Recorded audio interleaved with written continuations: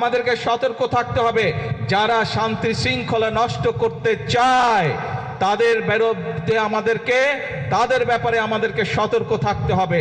আমরা যদি দেশের সন্তানদের লেখাপড়ার ব্যবস্থা আমাদেরকে তৈরি করতে হয়, সুন্দরভাবে লেখাপড়ার ব্যবস্থা করতে হয়, স্কুল কলেজ সুন্দরভাবে তৈরি করতে হয়, তাহলে শিক্ষকদেরকে যদি ট্রেনিং দিতে হয়, ছাত্রছাত্রীদেরকে যদি নতুন করে বই দিতে হয়, এই সকল ব্যবস্থা যদি করতে হয়, তাহলে আমাদেরকে দেশের আইন শৃঙ্খলা ঠিক রাখতে হবে। একইভাবে সতর্ক থাকতে হবে আমাদেরকে, যারা বিভ্রান্ত তৈরি করতে চায় তারা যাতে কোনো সুযোগ না পায়। কারণ বিভ্রান্তকারীরা যদি বিভ্রান্ত করার সুযোগ পায়, ক্ষতিগ্রস্ত হবে জনগণ। বিভ্রান্তকারী যারা, তারা তো নিজেদের মতন করে চলে যাবে, তারা তো জনগণের সাথে থাকবে না। সেই জন্য প্রিয় ভাই বোনেরা, আজকে আমাদেরকে সিদ্ধান্ত নিতে হবে, আজকে বাংলাদেশের মানুষকে সিদ্ধান্ত নিতে হবে যে আমরা কি আমাদের দেশকে এগিয়ে নিয়ে যাব, নাকি আমরা ঝগড়া ফ্যাসাদে লিপ্ত থাকব, নাকি আমরা বিভ্রান্তকারীদের সাথে থাকব। এই ব্যাপারে আমাদেরকে সিদ্ধান্ত নিতে হবে। আজকে আমি মাতার বাড়ি গিয়েছিলাম, মাতার বাড়িতে পুরা দেখে আসলাম, এবং শুধু মাতার বাড়ি নাই, সেই চট্টগ্রামে মিরেশরাই থেকে শুরু করে সমগ্র অঞ্চলকে আজকে আমি দেখেছি, হেলিকপ্টারে আমি দেখেছি। কেন দেখেছি? কারণ এই যে আমাদের সামনে বিশাল সমুদ্র, এটি হচ্ছে এই বাংলাদেশের সম্পদ, এই দেশের সম্পদ।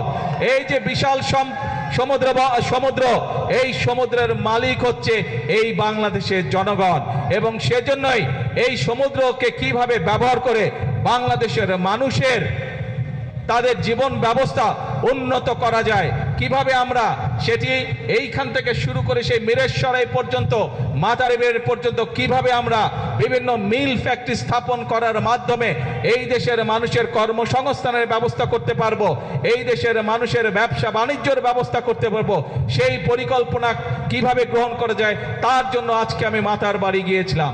এবং খুব স্বাভাবিকভাবেই প্রিয় ভাই বোনেরা, আমাদের কয়েকদিন আগে আপনারা দেখেছেন চট্টগ্রামে আমির খসরু সাহেব এবং সালাউদ্দিন সাহেব দুজনের গিয়েছিলেন চায়নাকে। আমরা একটি বিরাট বড় জায়গা দিয়েছি।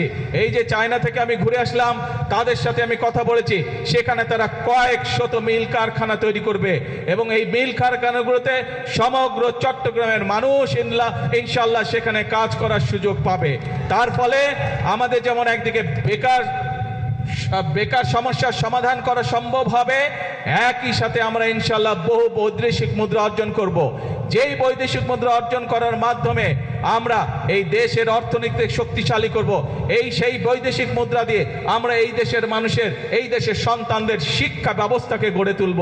সেই বৈদেশিক মুদ্রা অর্জনের মাধ্যমে আমরা এই দেশের বাংলাদেশের মানুষের স্বাস্থ্য সেবাকে আমরা গড়ে তুলব।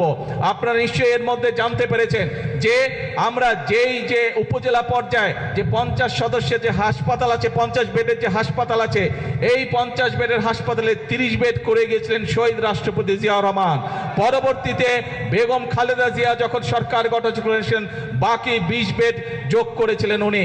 আজকে আপনাদের এই বর্তমান বিএনপি সরকার, যেই সরকার আপনাদের সরকার, যেই সরকার জনগণকে নিয়ে কাজ করে, এই সরকার সিদ্ধান্ত গ্রহণ করেছে এই 50 বেডের হাসপাতালকে যাতে প্রত্যেক উপজেলার মানুষ ভালোভাবে স্বাস্থ্য সেবা পায়, সেই জন্য এই 50 বেডের হাসপাতালকে আমরা ইনশাল্লাহ আগামী 5 বছরের মধ্যে প্রত্যেকটি উপজেলা, 503টি উপজেলা সমগ্র বাংলাদেশে প্রত্যেকটি উপজেলা হাসপাতালকে আমরা 101 বেডে উন্নীত করব ইনশাল্লাহ।